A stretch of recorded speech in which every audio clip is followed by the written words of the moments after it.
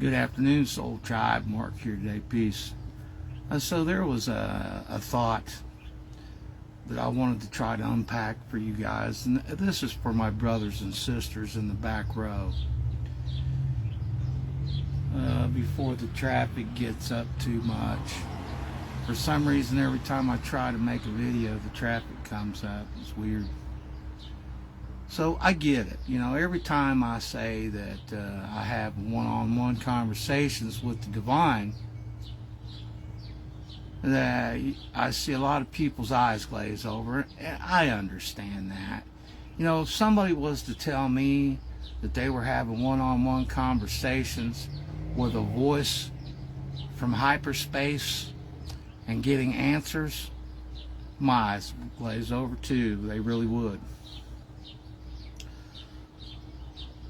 So, Neil deGrasse Tyson, he said that one of the great challenges is to know enough about a subject to think that you're right, but not enough about the subject to know that you're wrong. I get that. So let's put that on a balance beam. Let's measure this out and see where we kind of land with this stuff. When these issues, like I said, here comes the traffic. Stand by, please. Harleys. Love Harleys. I do. I love the Harleys. But it just seems like they always ride by.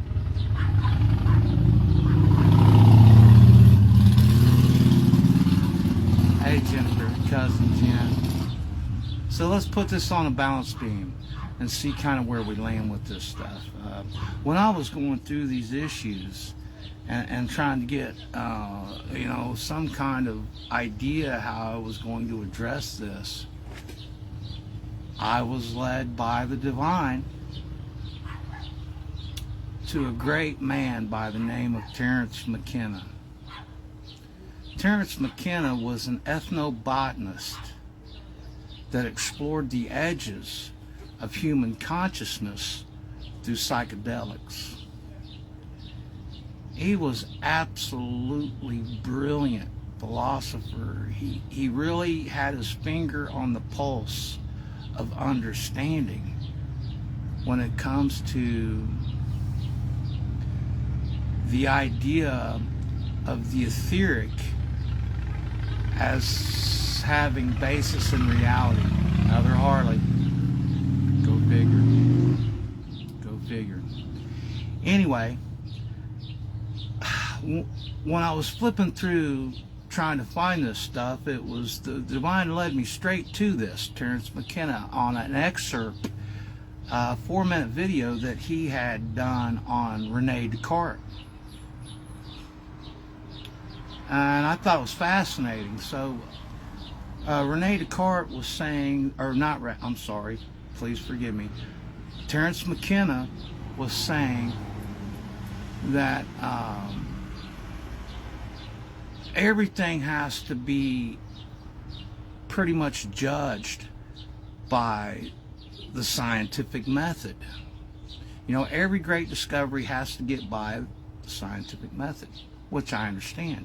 But then he goes on to say that that doesn't mean that the scientific method is responsible for every great discovery. No, not at all. He goes on to say that, in fact, that the scientific method is only employed in the aftertelling of the discovery. Says that the aftertelling being, you know, the careful experimentation, the correlation of data, the primary insight, when it doesn't happen that way at all.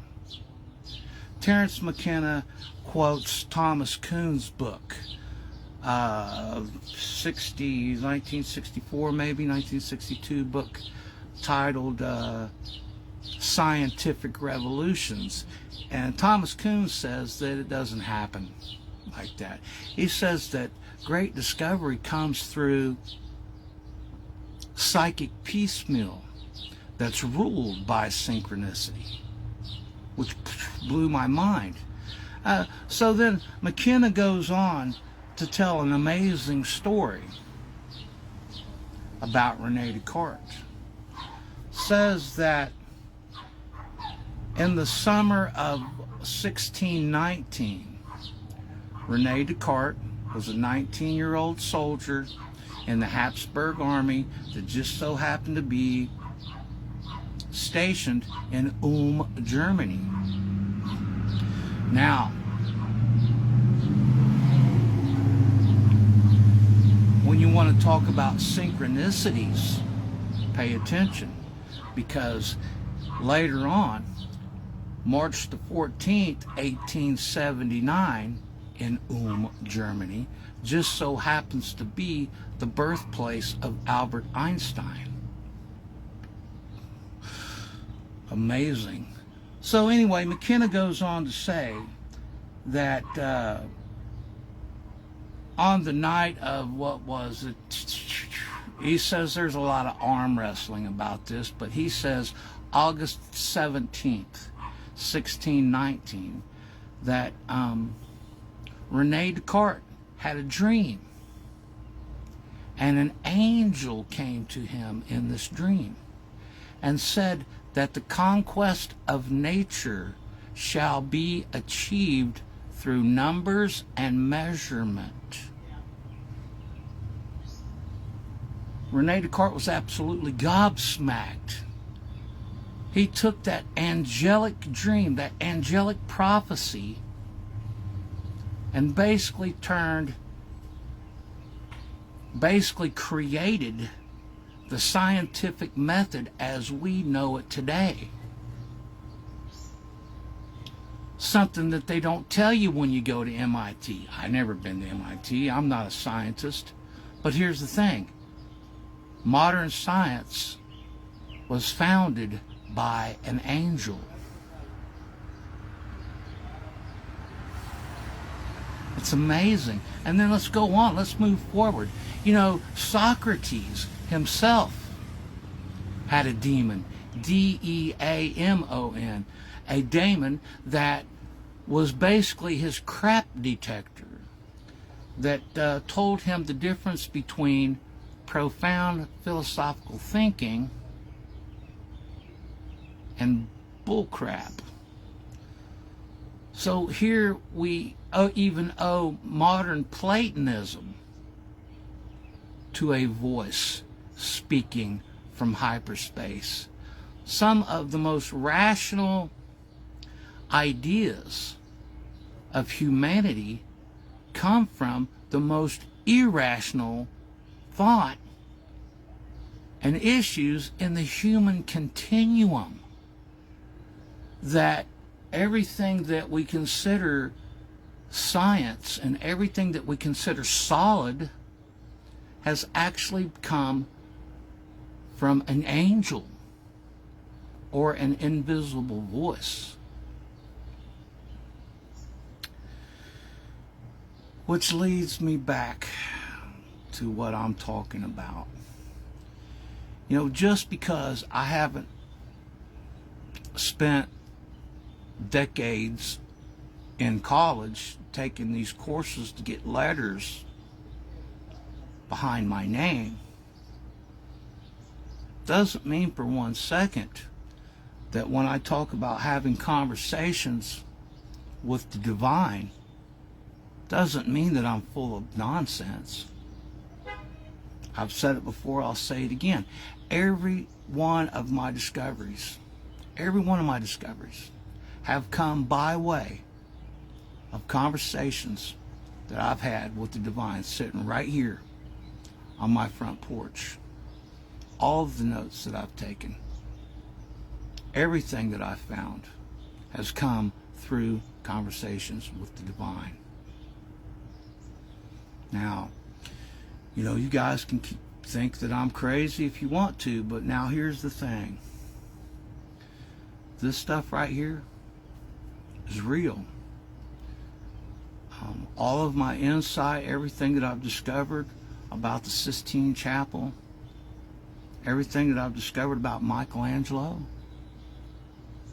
all the research, all of the hours, wee hours in the middle of the night discussing this stuff has come through the divine. I want you guys to understand that before I bring this to light. I just want you guys to have an open mind. Maybe go back and look at Rene Descartes. Go look at Terence McKenna's ideas on Rene Descartes. Go look at the idea of Einstein. Even Einstein found his discoveries through a meditative state, where he opened up his mind and his heart to the etheric, which I call the etheric mother. Now, I've poured my heart and soul, everything within me, into the divine and into this opus, this grand opus that I'm going to bring forward, so everybody can make their own decisions, their own choices on it. But again, I would ask you to do it with an open mind. I'm not here to deceive. I'm not here to blow smoke up your backside, and I'm not here to try to offer any kind of new age or new thought processes or a brand new philosophy on my discoveries. No, that's not it at all. Everything that I'm talking about and everything that I'm going to bring to the table, brothers and sisters, comes out of the same King James Bible that we all read.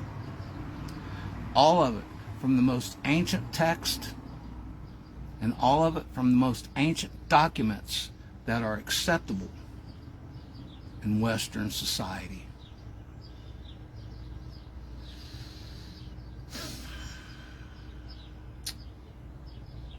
That's about all I have today, guys. I want to thank every one of you. My cousin Jen, Leroy Westbury, my dude, thanks for coming out. Angie, my baby, Angela Metcalf. Melissa Adam Prater, thank you. You guys, we're going to have a lot of fun with it. We really are. Like I said, I've got all of my artwork together. I got all my documentation together. It's just now just a matter of being able to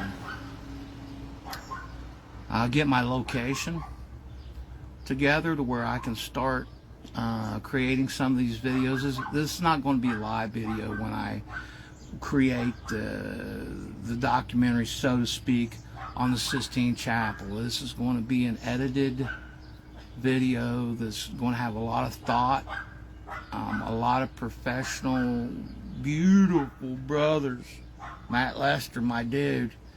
Matt Lester's going to be the videographer. He's the guy that's going to archive all this stuff for me. You know, that's about all I got. I'll leave you. I pray that your frequency resonance is always in harmony with the cosmic string, and that by maybe bringing this understanding that I've been given may help some brothers and sisters find a little bit of a different way, or a better understanding about who you are and about how to go about doing things. That's all I got.